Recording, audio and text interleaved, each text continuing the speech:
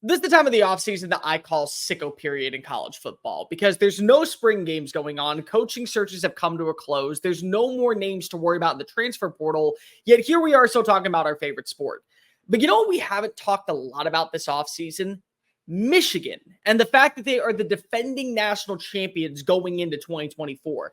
And it's kind of weird to think of because usually a big time brand with that type of recognition is going to garner a lot of interest. So what's the reason that we are not talking about Michigan? And more importantly, should we view Michigan once again to be a threat in 2025? Before we begin, welcome on into the channel. My name is Cole Thompson. I talk college football daily, so if this is the type of content you enjoy, make sure that you hit the subscribe button, the ring notification. That way you don't miss a single episode of Just Saying It. And of course, tell your friends, family, mortal enemies, best of pros, college football aficionados, and Michigan faithful everywhere about this channel, because we're on the race to become the #1 YouTube show talking about our favorite sport, but more importantly, the #1 college football community right here on YouTube. Follow me on all the socials, TikTok, Facebook, Instagram, Twitter, at Mr. Cole Thompson. It's the exact same as my YouTube handle. And to check out all my other great work, plus to be a part of the Mailbag Monday or any other series that we have going on, email me, colethompsonwriting@gmail.com, or slide in the DMs on Twitter.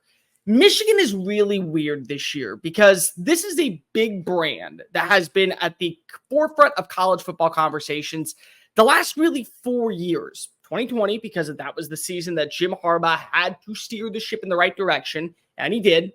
Then 2021, college football playoff appearance. 2022, college football playoff appearance. 2023, college football playoff appearance and national championship. And now we enter 2024. And it's just kind of like we forgot about them. Like, it's like the friend that you were really cool growing up with, and then you turn 9 and you go to 2 separate elementary schools, and you see them around every once in a while, but it is a little bit different because you're not hanging out with them every single day. They're not going to be a part of your daily notion. They're not a part of your entire entity. And so when I look at a team like Michigan, there's a lot of things that go into this, why we're not talking about them. Let's start off with the first thing. They lost a lot of talent. They're number 128 out of 134 in returning production. That's low. That's extremely low for any team out there, regardless of if you are a national champion or not. Like Washington is like 129, if I'm not mistaken. They're low on the totem pole. Number 2, a lot of things happened between Michigan winning the national championship to spring football. And I'm not talking about what was going on in Ann Arbor, like losing guys like Mike Sainristil, J.J. McCarthy, saying goodbye to several offensive linemen, finally going and seeing Blake Edwards, not Blake Edwards, Blake Corum leave, but also Nick Saban retired. You watched a chasm of coaching changes go on, including your own with Jim Harbaugh going to the NFL. You also saw NIL go through a brand new repurposing where, again, now we're seeing where schools can actually go and pay for their players, and they're owed $2.6 billion. You also were seeing the transfer portal running rampant. And on top of all of that, you also were watching more players enter the portal that probably would have gone pro if not for that extra year of eligibility or NIL being a thing. So a lot of chaos has gone on in the world of college football this offseason to where we haven't really focused in on the defending national champions. And then there's the third and the most important thing. We kind of are forgetting that there was a giant scandal going on with Michigan last year. Like it, hate it, indifferent about it. I personally don't care because you win to play the football games, and that's all they did last season. They won every single game, regardless of the competition and how they did so. There was also that going on, and the Connor Stallions thing kind of got brushed to the wayside, but this is still a team that I believe in a lot. Here's the main reason why. Last season, I doubted Michigan every single turn I could, and I picked them to win the national championship at the start of the year. But then the Connor Stallions thing became involved. And then you saw Jim Harbaugh get suspended at the start of the year. And then you saw him get suspended for the 3 most important games of the year. And you're sitting to yourself and saying, well, this is where they all crumble. This is where they fall apart. This is where the finally moment ceases. And Michigan goes back to being a reality of an average team. But they didn't. And they didn't because of the structure that was placed in line internally. They didn't need a head coach. They didn't need to have a coordinator. They didn't need to have certain people babysitting them. They, as leaders in the locker room, from Sainristil to Darius Henderson to J.J. McCarthy to Blake Corum, took over and said, we are going to be the reason why we're winning football games. Yeah, it's great that we have Sherrone Moore as our head coach. It's great that we have Jesse Minter leading the defense. It's great that we have these people in place. But we internally have an expectation. We have a standard set in Ann Arbor. and we're going to live up to it. And that's why, honestly, I think that they won the national championship, because of the players eventually took over the staff. And that's what you're hoping for from these young players that are stepping up. Jim Harbaugh created an identity at Michigan. He created a certain bourgeoisie that stands out with Michigan. It is a ground and pound, physical, no nonsense type of mentality that they enter Ann Arbor with every single Saturday. And they carry that same mantra on the road. So the reason why I can say, well, Michigan might be 128th in returning production, they didn't lose a lot in the portal. And the players that they did lose were so far down on the pecking order that they probably weren't going to see an extensive amount of reps this year. You didn't lose most of your second teamers. You still have a majority of the starters that were prominent last year back. You still have an identity in place. Yeah, you lose J.J. McCarthy, but you didn't lose Colson Loveland, who honestly might be the best tight end in college football. Yeah, you lost some names at linebacker like Junior Colston. You didn't lose your 1-2 combination at defensive line. You definitely still have arguably the best defensive player in college football in Mason Graham.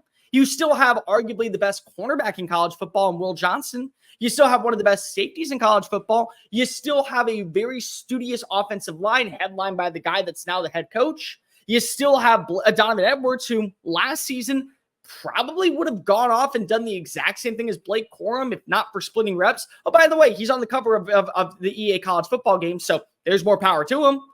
This is still a team with the identity and the purpose of being better than everybody. And that mantra that Jim Harbaugh implemented to get back to Harbaugh version of football, who has it better than us, that's still there. Who has it better than Michigan? Their schedule is manageable. You look at their games, the ones that are difficult, they're at home. You got Oregon at home. You got USC at home. You got Texas in non-conference game, which is going to factor in extensively for a 12-team college football playoff. You got them at home. And you got Ohio State on the road. And if you're as good as you think that you are, you probably only need to win two of those games to guarantee your spot in the college football playoff. 10-2 for any team is good enough in the Big Ten that's prominent. So Penn State, Ohio State, Michigan, they get to that record, they're in the dance. They're 100% there. And the returning production that you do have should be a security blanket for whoever wins the starting job, whether it be Alex Orji, whether it be Jack Tuttle, whether it be somebody else that steps on up. They should be in line, showing them the ropes of what it means to be a leader and also to be that X factor. I don't really worry about this Michigan team. Yeah, the schedule does have its tricks along the way. Yes, there are going to be some games that you do feel like you should have played better in. And yes, there is going to be a certain bit of regression just because of what you lost in terms of the staff. But that doesn't mean you're a team that's going to crumble under the pressure. That doesn't mean that you're a team that's not going to live up to the hype. I'm telling you this much. Michigan might not be a college football playoff team right now, but they're sitting back in Ann Arbor watching every single video, mine included, saying, all right, believe what you want. Believe what you want, because last year you said the same thing, and what did we do? And this team may not have the same roster, but they have the same aura.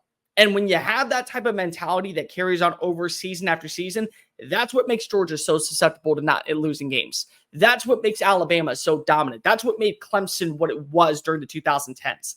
That's Michigan now. You can lose a coach, you can lose a quarterback, you can lose a player, but you don't lose your identity. And as long as that carries a lot of weight, that will be a reason why we are talking about you going into November as a legit threat to hoist up another national championship.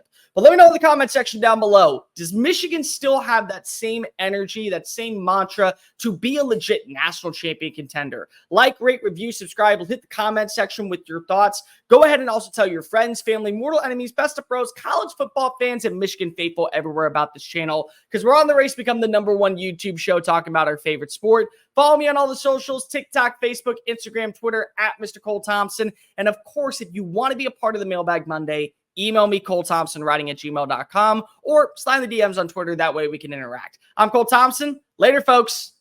Hey, you made it to the end of the video. That's awesome. Thank you so much. But before you leave, make sure that you hit subscribe. And if you want to check out any of our other great work, make sure you click on one of the videos here. Am I pointing at the right spot? I'm not entirely sure. I'm really not.